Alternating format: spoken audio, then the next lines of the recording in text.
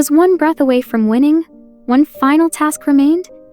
Carrying the child of the male-led Jack was supposed to be my triumph. The system said this would complete the mission, even though the 3 people I had loved, trusted, and fought for had long since discarded me like a broken doll. I held on, because if I gave birth, I would win, but victory never came. At 7 months pregnant, lying weak and breathless in the hospital bed, I heard hurried footsteps, too many, too fast. The door burst open. Jack, my husband, the CEO, stormed in like a man on a mission. Behind him, Gary, my childhood friend, was already putting on surgical gloves. My parents stood just outside, their silhouettes visible through the frosted glass. They'd come not for me, but for what grew inside me. No matter how I pleaded, how I cried, they signed the consent forms.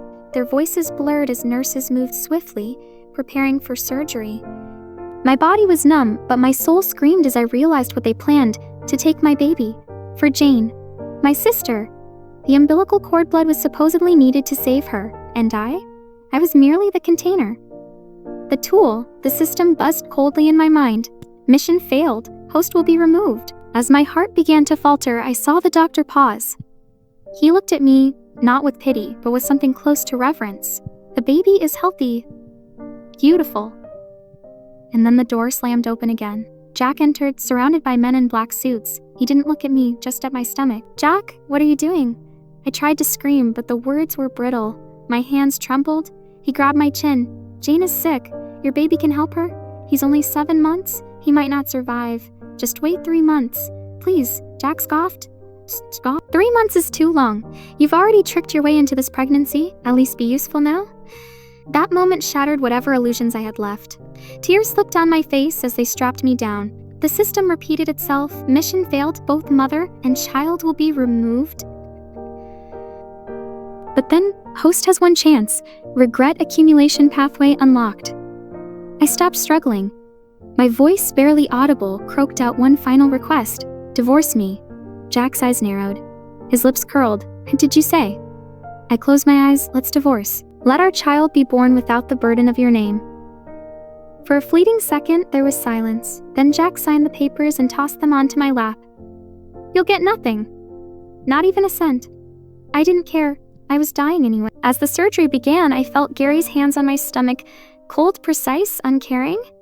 Oh, please, he muttered. You're not pretending you care about this baby, are you? I laughed bitterly. You said you'd protect me forever. His face twisted. That promise had died the moment Jane returned. Jane, the one everyone wanted? Jane, the one who made me invisible? When we were children, Gary had once crossed balconies on the 20th floor just to bring me food when I was locked in by my parents. I'll take you away one day, he said. But then Jane returned. Her fake sweetness, her stolen tears, the way she made everything about her, and slowly, one by one, they all fell under her spell. Even Gary, even when he hurt me, especially when he hurt me. I should have died in that warehouse, but I didn't. I kept living, kept crawling, until now. Gary looked at the bracelet on my wrist, a cheap, worn thing he gave me as a child. His hand hovered over it. I can accept everything, but not losing you. Then you've lost, I whispered. Scatter my ashes in the river. The system whispered again. Connection with Gary severed. Then Matt and Kate appeared. My parents, the system's first targets. They shoved a contract at me. You're my next of kin, Matt grinned. Good. You should have divorced Jack long ago. Then sign. Kate slapped me hard. You curse your sister like this? Blood ran down my forehead. Dad, Mom, I whispered, I'll love you forever. They didn't flinch. We can't afford your love, Kate spat. I asked for a disownment agreement. They eagerly signed it. As the surgery began, Gary worked alone. No nurse, no witness, just him, a knife, and the child inside me. He cut me open like I was nothing. And then darkness?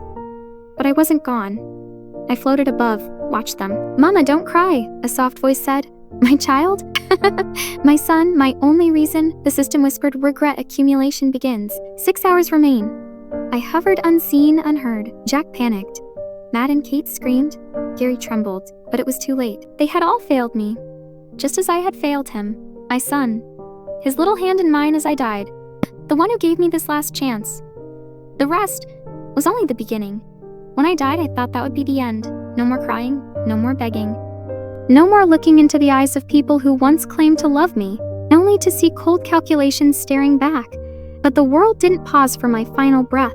It simply reacted. The silence of the operating room cracked as Gary stood frozen, blood rising in a pool around the table, its slow spread swallowing his shoes. He stared at my lifeless body, not with remorse, not with grief, but with panic. "Don't pass out now," he muttered to himself. Then louder, "Aluna, wake up, wake up!" He grabbed the defibrillator with trembling hands. A jolt surged through my chest. My body flinched, but the machine's dull beeping never returned. Another shock, then another. My limbs danced beneath the metal, as if my body still hadn't accepted the truth, that I was already gone. Yeah, I was already gone. And then the door slammed open. Jack stormed in, still dressed in authority, sharp suit, cold stare, jaw tight with indifference. But when his eyes landed on the mess, the blood, the silence, the pale form of the woman he once called his wife, something cracked. He froze. The air around him shifted. The smell of iron clung to his breath. "Aluna," he whispered my name like a curse, like a word too sharp to say aloud. And then he saw it, my hand wrapped tightly around the child's. He rushed forward. "Where is everyone?" He roared. "Where are the doctors? Where is the team I arranged?" As if summoned by rage, Matt and Kate appeared at the door. Their faces were annoyance, not concern. "What's all the fuss?" Matt asked, frowning. "Is Luna causing trouble again?" Jack turned to them, fury painted across his face like war paint. Did you move the medical team? Did you move the medical team?" Kate scoffed, brushing imaginary dust from her dress. "Of course. I sent them to Jane. Why waste all those resources on a C-section?" A silence dropped into the room. Jack's face turned white. "She's 7 months pregnant," he said, his voice trembling. 7 months? Najibah. You sent obstetricians away from a high-risk operation?" Kate blinked, confused. "What? I thought she was full term, at least 8 or 9. She didn't finish. Jack didn't let her." "You're her mother." "You're her mother," he growled. "And you didn't even care to know." He turned, barking orders to the team now trickling in behind him. But it was too late. Their faces said it all. Grim, defeated, apologetic. A single voice cut the silence. "She's already gone." Jack turned toward the doctor who had spoken, grabbing his collar like a drowning man reaching for shore. "What do you mean gone? She was just being resuscitated. I saw her chest move. She flinched. I'm sorry," the doctor interrupted gently. "The blood loss, it was massive. More than the body can withstand. And the monitors, even if the body responded to shocks, it wasn't life, it was residue. Muscle memory." Her heart didn't come back. Jack's arms dropped to his sides. His feet stumbled backward as if the ground itself betrayed him. "But I hired the best. I made all the arrangements. How could a simple C-section?" He stopped. His eyes drifted downward. To the child, the baby. Small was then, still, lifeless. "No," he breathed. No. Save him, please. At least save the baby." But the doctor had already checked. "I'm sorry. He was born at 7 months without immediate support. We were too late for both." Jack staggered forward like a man sentenced to his own grave, just a few steps. But they felt like miles. He knelt beside my body, watching the small hand I still held, now stiff and cold. And then he broke. A howl tore from his chest. Not a cry, not a scream, but a sound so guttural it seemed to tear through the walls of the room. He turned to Gary and punched him hard. "You're a doctor. A genius, aren't you? What kind of surgery did you perform?" Gary fell, already covered in blood. But he didn't fight back. He grabbed the defibrillator again and began shocking me once more, shouting, "Wake up, Luna! You always fought back. Why not now? Wake up!" Punches, shocks, punches again, but my body remained still. Eventually, Gary's voice turned to a whisper, then silence, and Jack collapsed. He wrapped his arms around the baby. Realized the fingers were no longer soft. Felt the stiff cold of skin that would never know warmth again. He didn't move again. He just wept. And still, I felt no satisfaction. The system's voice rang coldly beside me, detached and calculating. Regret value rising. Host will be eligible to return soon. But I felt nothing. No revenge. No peace. Only emptiness. A child who had never known the world gone. The room had gone quiet. Not the kind of silence that follows grief, but a silence that warned of something deeper, heavier, as if the building itself was holding its breath. And then, like a crack in the foundation, Jane's voice pierced through the stillness. "What are you doing in there without me?" She stood at the threshold, her face painted with worry. though it cracked too easily around the edges. No one turned to her. Not at first. Not at first. She stepped forward, a little too fast. Why are you ignoring me? Are you all mad because of her again? Still no response. The silence had shifted. Now it was contempt, and she felt it. Her eyes landed on my lifeless form lying on the table, my hand still gently curved around the baby's. Something flickered in her eyes, not sorrow, not guilt, annoyance. Even dead, you're stealing the spotlight, she muttered through clenched teeth. She lunged forward to push my body aside, and chaos erupted. Gary was the first to react. His hands flew to my body like a shield, his voice like thunder. Don't touch her. With one sharp kick, he sent Jane sprawling into a tray of metal tools, her perfect composure shattered on cold tile. Jane cried out, face twisting in disbelief. Jack, he's gone mad. Say something. Say something. But Jack didn't move. His eyes were fixed on me, his grief too raw, too broken to care about anything else. Even her. Gary's gone crazy, she screamed louder. Why are you all letting him act this way? Is this how you honor Luna? By attacking me? No one answered. Because now, everything was unraveling. Jack's secretary entered the room, phone in hand. Sir, the photos, they've been leaked online. Everyone turned. The whispers began. Photos. From college? Intimate. Humiliating. Jack's wife was an escort from college. The trending tag flashed across the screen. Gary's body tensed. He turned to Jane, his voice sharp. You? What did you do? Jane blinked, acting confused. I saw those pictures a long time ago. Sis said they were art photos. I even asked her, and she said they weren't a big deal. Maybe she shared them herself. Why blame me? That subtle twist of concern she tried to mimic, it didn't land this time. Not anymore. She didn't finish. Jack's assistant returned, face grim. The account that posted the photos registered under Jane's name. IP address matches her apartment. A silence fell again. But this one had weight. Jack's fist clenched. Matt and Kate looked at her like they were seeing her for the first time. Jane panicked. Her performance unraveled. I didn't mean it. I was scared. I needed help. She reached for Jack. He pulled away. She turned to Matt and Kate. Mom! Dad! Tell them I'm your daughter. They hesitated, and that's when the phone rang. Matt answered. The line was already on speaker. A calm official voice came through.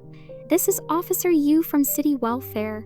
We've re-verified the records from 20 years ago. There was a clerical error during the missing child case. Everyone froze. Jane is not your biological daughter. The room spun. Kate's lips trembled. Then, who? We discovered Jane was brought in from the north. An orphan girl taken during a trafficking scam. Similar age, right time. But your real daughter, the officer paused. She was deemed weak and abandoned. In a pond? Matt's phone slipped from his hand. Kate collapsed. Gary stood stunned, staring at Jane. Then, Luna, the officer added quietly. When they tried to take your younger daughter, Luna fought them. Bit, scratched, screamed. They had to knock her unconscious. A gold locket was recovered, engraved with your family initials. Matt repeated the words, hollow. She tried to protect her sister. Everything hit at once. The screams, the guilt, the horror. And Jane? She trembled like a leaf in the wind. I didn't know, she whispered. They said I was sick, that I needed Luna. Gary didn't listen. He grabbed her by the hair again. You lied your entire life. He dragged her to the floor. Jane screamed. No one stopped him. Jack, Matt, Kate, they were already broken. The final blow had been dealt. Their real daughter. The girl they had shamed, ignored, sacrificed, she was the one who fought to save them. She was the one they left to die. Everything had unraveled, and yet the pain kept unfolding, like a wound that refused to scab over. My body lay still on the table, cold and quiet, yet somehow louder in death than I had ever been in life. Jack remained by my side, his fingers curled protectively over the small, lifeless hand of our child. His face was frozen in disbelief. Every now and then his lips moved, murmuring my name like a prayer that had come too late. Gary stood in the hallway, pacing, unhinged. The blood on his gloves had dried, but his guilt bled fresh through his eyes. He kept muttering to himself, why didn't I save her? I should have stopped it. The system floated beside me, detached and indifferent, reading off data like a judge tallying sins. A regret value, Jack 87%, Gary 93%, Matt and Kate 80%, still not enough. Still not what the mission required. So Matt and Kate, who once proudly introduced me as their miracle daughter, now sat crumpled in the hospital corridor. Kate kept humming an old lullaby under her breath as she tried to smooth my hair, whispering through choked tears, "Luna always liked this one, didn't she?" Her voice cracked as she ran her fingers along my lifeless face. Matt, once full of self-importance, was quiet for once, sitting beside her like a man who had watched his entire world burn. And Jane sat apart from them all. Alone, isolated. Her mascara-streaked cheeks and trembling hands were a poor imitation of remorse. No one came near her. Her presence no longer held power. But the real explosion hadn't hit yet. That came when Jack's secretary burst into the room, phone shaking in his hand. "Yes, sir? The college photos? They've gone viral?" The phrase felt like acid in the air. Those photos. The ones taken during the lowest point of my life. The ones Gary had taken and promised to protect. The ones Jane had stolen. They were everywhere now. Plastered online. Weaponized to turn my death into shame. Hashtags raged. #Jack's wife was an escort trended. Gary erupted. He lunged at Jane, grabbed her by the collar, and screamed, "You did this!" She denied it, of course, claimed she'd seen them online years ago. Claimed I'd called them art. But Gary wasn't fooled. He held up the digital vault, password protected, only shared with one person. Jane. The room once still as Jack's assistant confirmed the truth. The photos were posted from Jane's account, the same name, same IP. For a moment, Jane looked like a deer in headlights. But the panic didn't last long. She tried to pivot back to her helpless act. I was scared. I didn't mean to hurt her. I just didn't want to be left behind. No one responded. Not anymore. Then the phone rang. Matt answered it, his hands trembling. The officer on the line spoke with the kind of calm that always comes before devastation. "Jane is not your biological daughter. There was a record error. She was brought in during a trafficking case. Same age, similar background. But the real daughter," he hesitated before delivering the final blow. "Your actual daughter, Luna, was left behind. She fought the kidnappers. They had to knock her out. A gold locket with your initials was found near the site." The words landed like a bomb. Kate fainted. Matt staggered, the phone falling from his hand. Gary went pale, his eyes darting to my urn. Jack simply collapsed beside me again, burying his head against my shoulder. Jane sat frozen, shaking her head like a child refusing to accept punishment. No, I was the one who was sick. They said I needed Luna. But no one was listening to her anymore. The truth had drowned out all her lies, and yet the world outside didn't stop. Cameras clicked. News outlets ran with the story. Rumors piled over truth. And while they fought to hold on to their guilt, Jane tried once more to make herself the victim. But this time even her crocodile tears weren't enough. The cremation date arrived. The medical staff placed my urn on a small pedestal and asked, "Who will sign the final release papers?" No one moved. Then Jane stepped forward. She signed the documents herself. Calm, composed, heartless, because to her this wasn't grief, it was closure. A final stamp on a life she never truly saw as real. The system's voice echoed in my ears as the heat from the incinerator roared behind me. 1 hour remaining. Upon completion, host's presence will fully dissipate. Gary clutched my urn. Jack tried to grab it. Matt and Kate bickered about who had the right. They tore each other apart for the daughter they once discarded like an unwanted coat. But I felt no peace. Because in all that chaos, I still couldn't hear my baby's voice, and that silence was the loudest sound of all. As the crematorium's fires roared and the walls absorbed the echo of regretful cries, I drifted. Not quite gone, not yet reborn.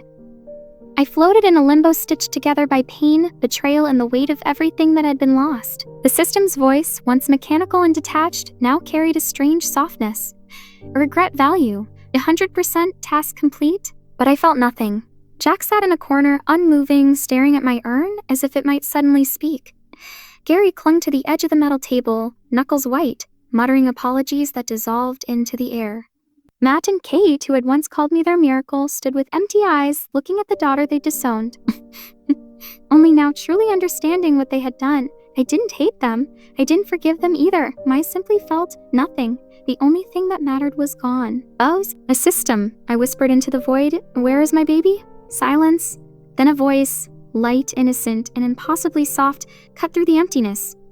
"Hey, Mama, don't cry." I turned. There, standing at the edge of the light, was my child. Small fingers reaching toward me. a fragile soul not yet fully formed, smiling with the kind of purity I had never known in life. I reached for him, but he pulled back gently. "And Mama, I gave you the chance. That's all I could do." The system finally spoke again, more somber than ever before. "But the host child has been absorbed by the main system. His sacrifice allowed you one last chance to return to life." A scream rose in my chest, but it couldn't leave my lips. He sacrificed himself? There was no answer. Only the dull roar of the fire behind me and the vision of my baby fading like smoke, his smile lingering longer than his presence. Below, the world began to shatter. Jack slammed his fist against the wall. "Aluna, come back. I was wrong. Let me fix it. Please." Gary dropped to his knees beside the urn. "We had a promise. You said forever." Matt and Kate stood behind them, eyes bloodshot, voices broken. "Luna, our child, it was all our fault." They cried into the air, unaware I was right there. I watched them, tears slipping down my cheeks, not out of grief, but because I finally understood. Their regret was real, but I didn't need it anymore. "You want me to come back now?" I asked, voice sharp and hollow. They nodded, all of them, desperate and wild. I looked down at them, these people who had ripped me apart and now wanted to glue together the pieces. "You don't," I said flatly. Jack looked stunned. "You what?" "Luna, please. Our baby. He gave us this chance. And you," I snapped, my voice cutting, called him a bastard. An unwanted mistake. An unwanted mistake. They were silent, just like the first time they betrayed me. I turned to the system, a take me back. Light enveloped me, not the harsh light of death, but something warm and whole. I felt arms around me, small ones, my child's. As we rose together, I didn't look back. Not at the ones who cried too late. Not at the ones who only saw me when I was ashes. When I opened my eyes again, I was in a different world, my original world. My parents, the ones I had lost in my previous life, held me tightly in their arms, tears on their faces, voices choked. "A sweetheart, you're back." I collapsed into their warmth, sobbing not from pain, but from release. The embrace I had longed for finally wrapped around me again. The system's voice faded slowly. A reward delivered. Wealth restored. Family returned. Live well, and then it was gone. Life moved forward. I lived again, breathed again, laughed again, but not without scars. The system sent updates from the other world. I didn't ask for them, but they came. Like final pages in a closed book, Matt and Kate had lost their minds, roaming the streets searching for the daughter they discarded. Gary had spiraled into madness, abducting strangers, trying to find the system that had stolen his promise. Jack drank himself into oblivion, never leaving the hotel where we first met, begging ghosts for forgiveness. And Jane, the world she once controlled, now it's back on her. She tried to jump into a river, but Jack's hired bodyguards dragged her out. Now she lived a life she couldn't escape and couldn't endure. Still, none of their suffering could bring my baby back. Until one spring morning, as cherry blossoms danced in the breeze, a child ran into me on the sidewalk. He looked up, round eyes blinking. "Mama," he said with a smile, "I've been looking for you for so long." My knees buckled. My arms wrapped around him instinctively, sobs catching in my throat, and in that moment the ache inside me, the hollow place carved by grief, finally filled. I had found him again. The system whispered one last time, "A parting gift, host. You must be happy now." I held my son close, breathing in the scent of something I thought I'd lost forever. "I will," I whispered back. I promise.